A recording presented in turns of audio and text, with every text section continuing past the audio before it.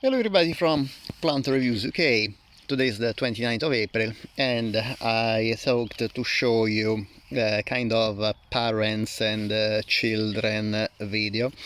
So these are the tulips that a few years ago I pollinated. Some of the tulips I pollinated, and they are the Barcelona. And as you know, one of my most popular videos is the one about actually sowing seeds, and I showed you how I sown the seeds of Tulip Barcelona, and here they are after, I think I sowed them 3 years ago, and you can barely see actually that here is written Barcelona, but I can guarantee, yes, you can probably see very faint the writing Barcelona, and these indeed are the seedlings, the very seeds that I sown from this beautiful tulip. This is a triumph tulip that blooms in spring with absolutely gorgeous bright pink flowers. It's one of the most vivid colors among tulips. I would say I love red and orange tulips, but I have to say that this pink is absolutely gorgeous. Look how stunning, and how stands out against the green of the foliage. It is I think, one of the most outstanding tulip varieties.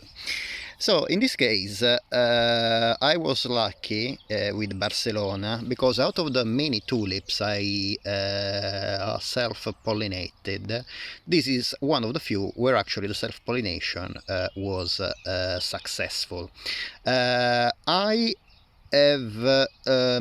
didn't cover the stigma, that is the female part of the flower. Now it's almost sunset, so the tulip actually closed. However, you can see the stigma is like this central triangular part, that is the female part of the flower, while these six structures that are covered in pollen, these are the anthers and the male part of the flower. So the triangular part in the middle, in the center, is actually the female part.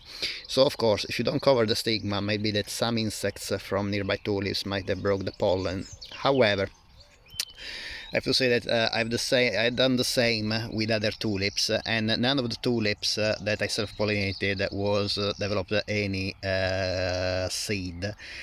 So I am 99% sure that actually the seedlings hung for the self-pollination of Barcelona.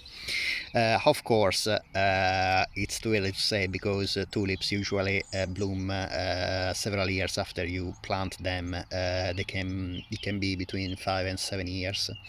So I have to be patient a little bit more.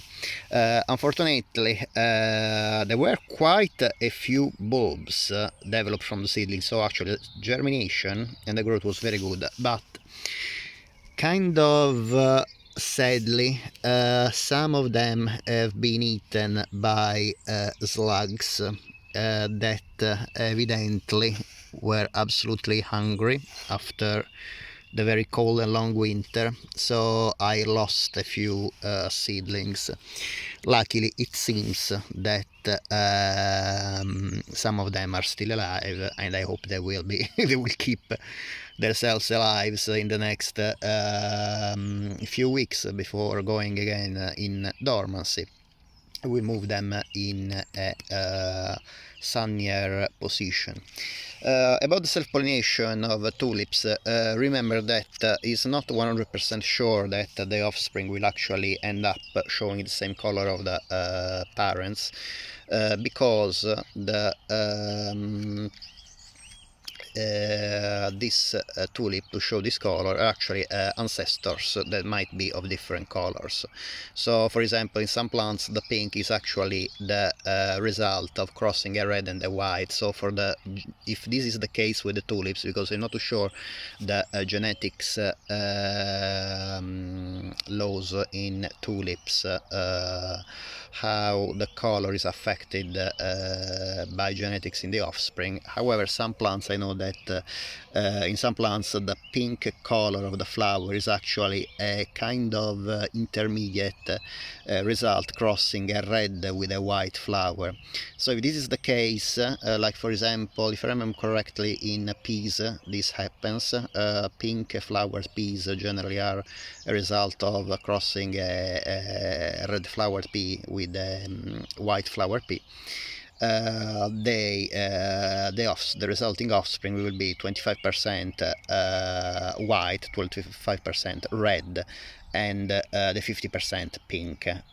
Now, it might be that this pink tulip actually has ancestors of many different colors, because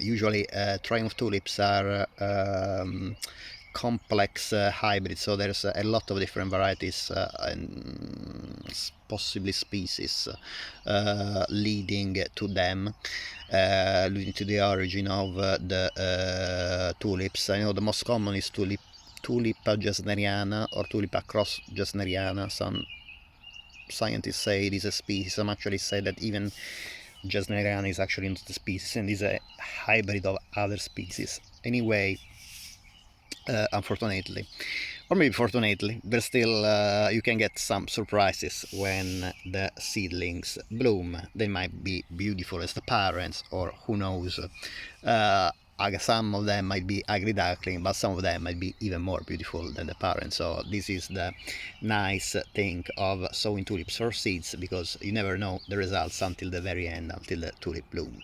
Another obviously method of tulip propagation is the classic bulbs, usual bulb propagation, so asexual. In this case, the bulbs usually give offsets, and when you repot the bulb, actually you will see that from one bulb you end up with 2, 3, or even more.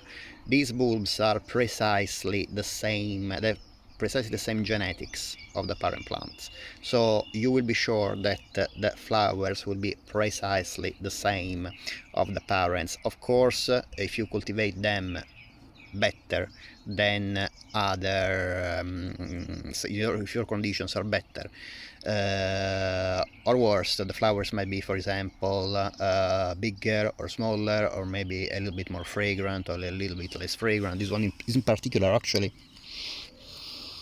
I don't think I noticed. I mean, I made this video, actually is a very nice fragrance. It is a kind of licorice fragrance, spicy. It's very nice, and not this like licorice pungent fragrance like many daffodils do. It's like really licorice, a sweet licorice you buy from the sweet shop. It is really nice. And there's not many tulips that you can actually detect fragrance easily. This one is absolutely gorgeous as well. So yes, definitely one of my favorite, both beautiful color and very nice fragrance. Obviously very light, but still very pleasant. So I was saying that with offsets, with bulb offsets, you will be sure that the genetics is the same. So of course, if you cultivate the same bulbs in different conditions, say in the case of tulips, some of them you don't really fertilize them much, and you put them in like in a half shade or shady area, they will not grow much and bloom with very little flowers, or maybe not at all if it's too much shade. Instead, if you put them in full sun with lots of fertilizer, of course, nicely sized bulbs will produce beautiful flowers with the same characteristics of the parent plants, because basically they are not offspring of the plant, they're actually basically the same plant, just the same plant that multiplied itself by giving offsets, a little bit like you do when you take cuttings of a plant. All the cuttings, even if they look like different plants, they're actually the same genetics of the plant you cut the cuttings from, so they are basically genetically it is the same plant. I hope that the snails and the slugs will leave some of my seedlings happy. I will move them in the most sunniest area. Of course, slugs don't like the sun, and I will see how it goes. And I hope to be able to keep you updated in the next few years, and hopefully one of the next few years show you the blooms. I hope the really beautiful blooms as their parents have. As usual, I hope that you enjoyed the video, and if you like this video, it would be great if you can please give a thumbs up, and if you like this video and the other videos on my channel, of course, it would be great if you can please subscribe. It's completely free for you, but in this way you support me and my channel to produce even more videos. Again, thank you very much for watching, and I hope to see you next time. Bye.